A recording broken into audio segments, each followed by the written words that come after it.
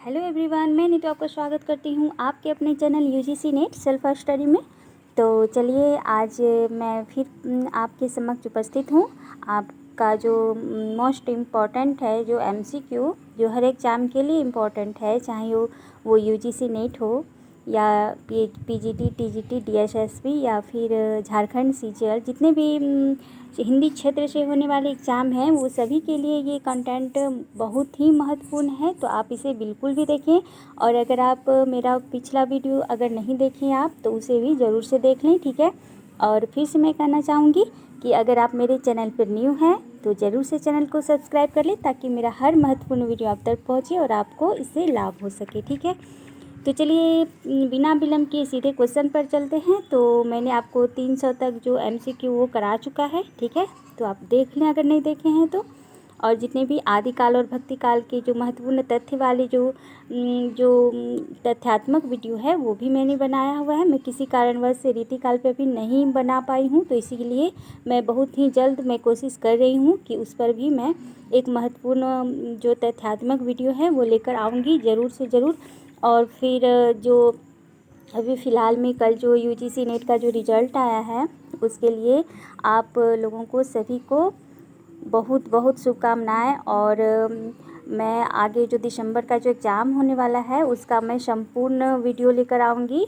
जितने भी टॉपिक हैं यूजीसी नेट के सिलेबस में लगी हुई है, ठीक है, तो मैं सारी करवाने वाली हूँ।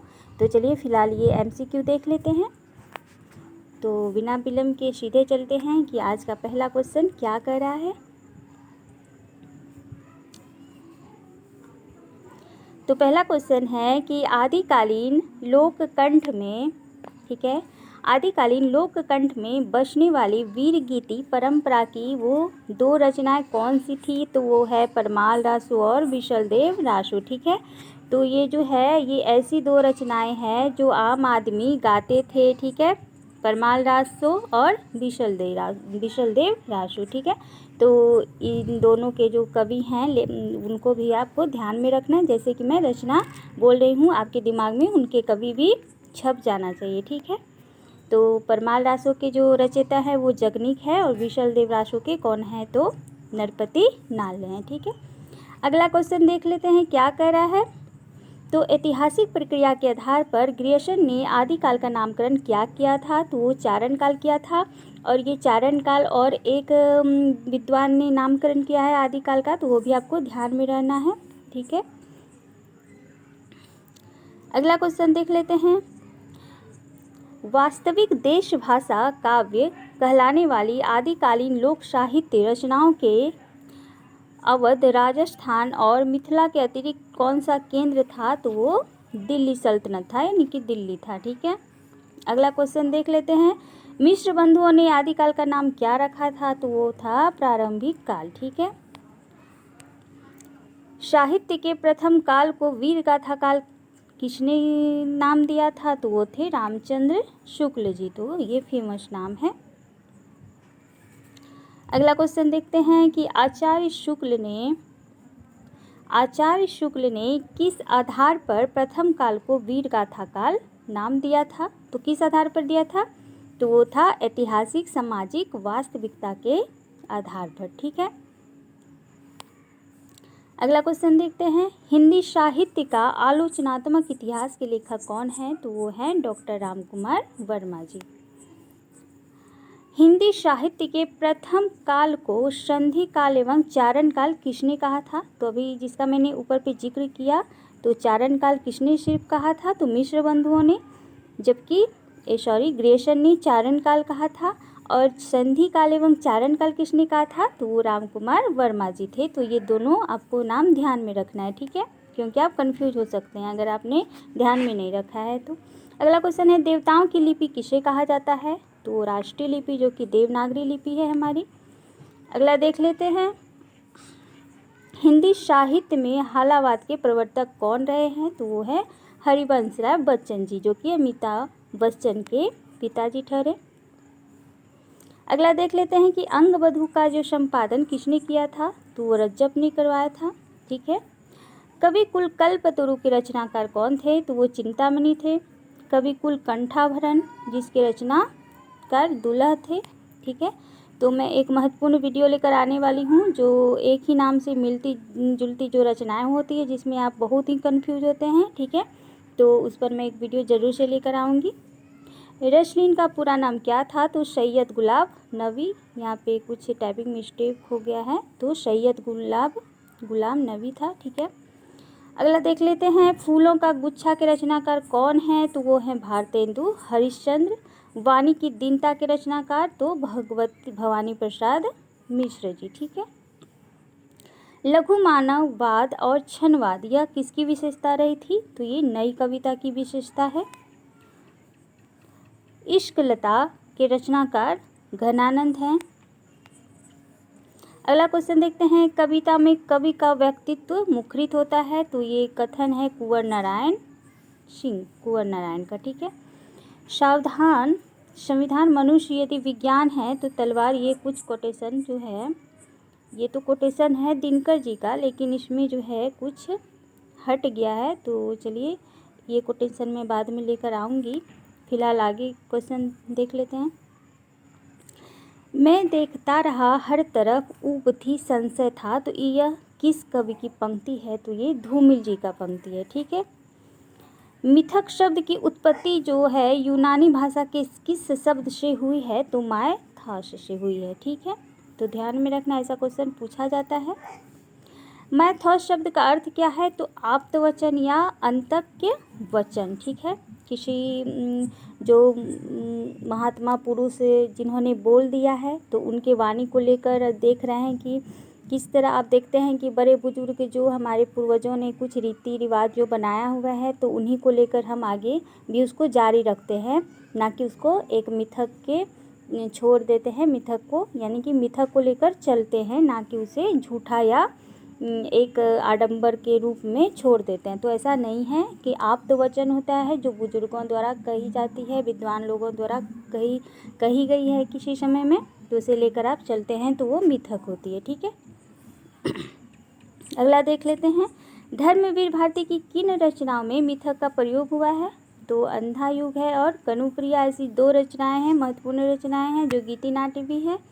तो इनमें जो है क्या हुआ है? तो मिथक का प्रयोग देखा जाता है, ठीक है। अगला क्वेश्चन देख लेते हैं, फैंटेसी शब्द का उत्पत्ति यूनानी भाषा के किस शब्द से हुआ है? तो ये फेटेशिया से हुआ है, ठीक है। फेटेशिया शब्द का अर्थ है मनुष्य की वह क्षमता जो संभाव्य संसार की सर्जना करती है, ठीक है। तो फैंटेसी आप देखते हैं ना कि मुद्रा राक्षस और मुक्तिबोध के अंधेरे में और बर्म राक्षस जो उनकी कविताएं हैं उसमें सर्वाधिक देखने को मिलता है। हिंदी में सर्वाधिक फैंटेसी प्रयोग किस कवि ने किया है? तो वो मुक्तिबोध हैं। मुक्तिबोध की किन रचनाओं में सर्वाधिक फैंटेसी का प्रयोग देखने को मिलता है? अभी जो मैंने कहा बर्म राक्षस और अंधेरे में उनकी महत्वपूर्ण रचनाएं हैं जिसमें ज़्यादातर उन्होंने फैंटेसी का प्रयोग किया है, ठीक है। अगला देख लेते हैं कि हाइकू किस कविता का छंद है? तो ये जापानी कविता का छंद है। भारतेंदु के भारत दूरदर्शन नाटक के नायक कौन हैं? तो वो है भारत। तो आजकल जैसे पैटर्न पे क्वेश्चन आ रहे हैं तो मैंने उसी तरह क्वेश्चन को लिया है, ठीक है। दोहा कोश के संपादक कौन थे? तो प्रबोध चंद्र बागची। सिद्ध बौद्ध जो थे वो किस शाखा से आए थे? तो वज्रयान शाखा से वो आए हुए थे। आचार्य शुक्ल ने विद्यापति को किस प्रकार का कवि माना है? तो शुद्ध श्रृंगारिक कवि माना है, वो भक्त कवि नहीं मानते विद्यापति को, जैसा उन्होंने विद्यापति के बारे में अपनी बुक में भी महत्वपूर्ण वर्णन किया हुआ है। तो मैंने विद्यापति के बारे में भी आपको आदिकाल के अंतर्गत बताया हुआ है, तो आप जरूर से देखिए, ठीक है। अगला देख लेते हैं, रास परंपरा की प्रथम रचना कौन सी है? तो वो है भारतेश्वर बाहुबली राज, जो कि शालिभद्र सूरी की रचना है। हिंदी रास परंपरा की प्रथम ऐतिहासिक रचना कौन सी है? तो वो है पंच पांडव चरित रास, ठीक है। अगला क्वेश्चन देखते हैं कि भारतेश्वर बाहुबली राज किस प्रकार का काव्य ग्रंथ है? तो वो एक खंड काव्य है, ठीक है। सुमतिगनी की कौन सी कृति है? तो वो है नेमिनाथ राजू की सुमतिगनी की कृति है। पृथ्वीराज विजय के रचनाकार कौन है? तो वो है जयानक। सर्वाधिक प्रामाणिक पृथ्वीराज रासों की प्रतिलिपि के संपादक कौन थे? तो वो थे माता प्रसाद गुप्त। छप्पे छंद किस रासोकार का प्रिय छंद है? तो छप्पे जो है, छप्पे के जो चंद्रबरदाई जो हैं वो छप्पे के सर्वाधिक, चंद्रबरदाई का जो छप्पे छंद है वो सर्वाधिक उनको प्रिय था। तो ये छप्पे जो है, या कुछ इनके बारे में एक महत्वपूर्ण कोटेशन है, अभी ध्यान में नहीं आ रहा मुझे, सॉरी, जब ध्यान में आएगा तो मैं बता दूंगी। अगला क्वेश्चन देख लेते हैं। तो विद्यापति ने किस भाषाओं में रचना की है? तो विद्यापति ने मैथिली में भी की है, संस्कृत में भी की है और अवहट में भी की है। तो मैथिली में उनकी पदावली है, संस्कृत में 8-10 रचनाएं हैं, ठीक है, जिसमें शिव सर्वसार है, भक्त वाक्यावनी है, दुर्गा भक्त तरंगनी है और आदि रचनाएं हैं। तो अभी ध्यान में उतना नहीं आ रहा है, बाकी मैंने तो याद था मुझे, बट अभी ध्यान में नहीं आ रहा है। और अवहट में इनकी 2 महत्वपूर्ण रचनाएं हैं, एक कृतिलता और कृति पताका, ठीक है। आगे देख लेते हैं क्वेश्चन। आदिकाल को संधि काल या चारण काल नाम किसने दिया था? तो देखिए रिपीटेड क्वेश्चन है, लेकिन इनका जो पूछने का स्टाइल है वो कुछ चेंज है यहाँ पे, ठीक है। तो वो है रामकुमार वर्मा जी।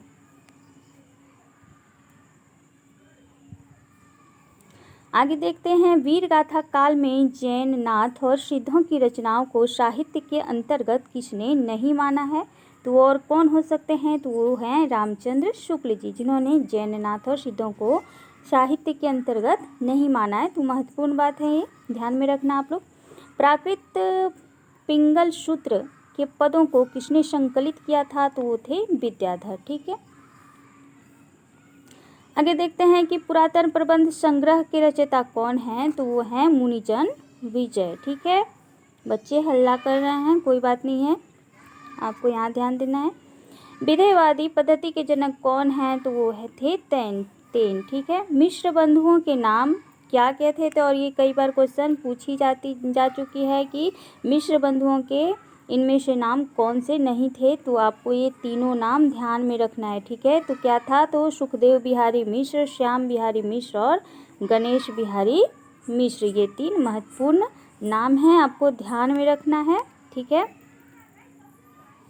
आगे देखते हैं, हिंदी साहित्य का वृहत इतिहास का 16वां भाग कौन सा भाग? तो 16वां भाग किसने संपादित करवाया था? तो थे डॉक्टर कृष्णदेव उपाध्याय, जो कि हिंदी का लोक साहित्य नाम से उन्होंने संपादन करवाया था। इसका हिंदी साहित्य का जो वृहत इतिहास है उसका 16वां भाग को, ठीक है।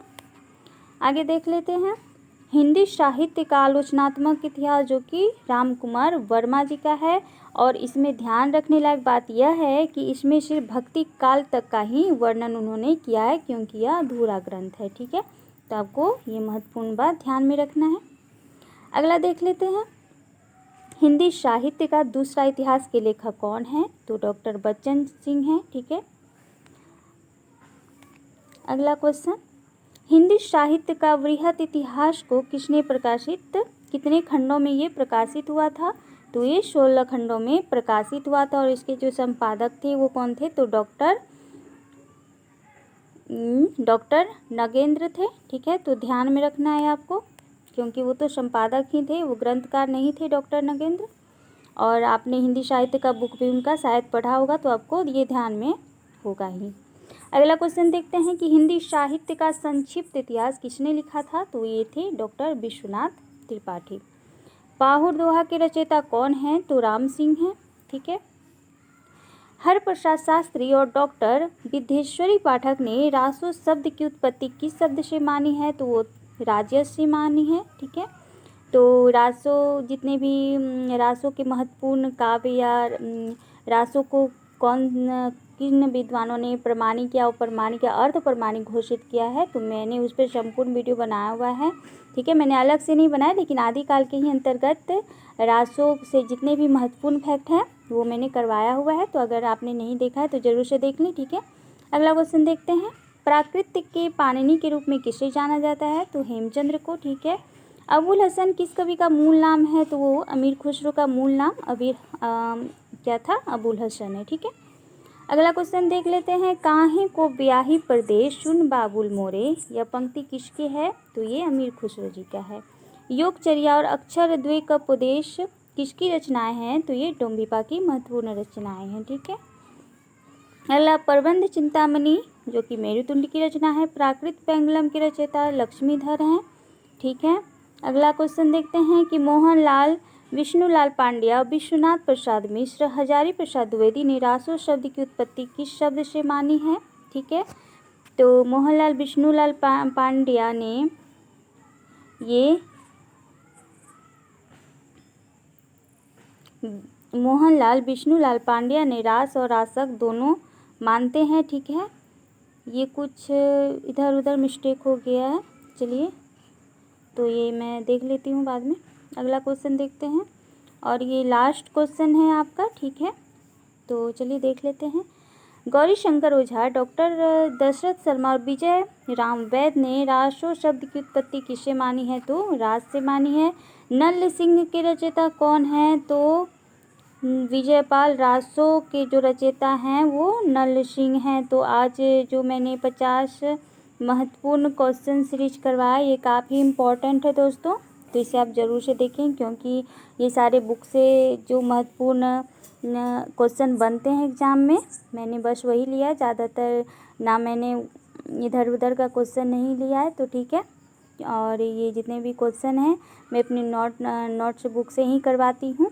तो ये काफ़ी इम्पोर्टेंट क्वेश्चन है, तो इसे आप बिल्कुल भी इग्नोर ना करें, ज़रूर से देखें। ठीक है, और आगे का वीडियो मैं कल लेकर आऊँगी। ठीक है, और मैं बस इतना ही कहना चाह रही हूँ कि आप जो भी यूजीसी नेट दिसंबर का प्रिपरेशन कर रहे हैं तो आप मेरे चैनल से ज़रूर से जुड़ें, क्योंकि मैं जितने भी यूनिट है मैं 1 बाय 1 सभी को करवाने वाली हूँ। ठीक है, तो आप मेरे चैनल से ज़रूर से जुड़ें और नए हैं तो ज़रूर से चैनल को सब्सक्राइब कर लें ताकि मेरा हर वीडियो आप तक पहुँचे।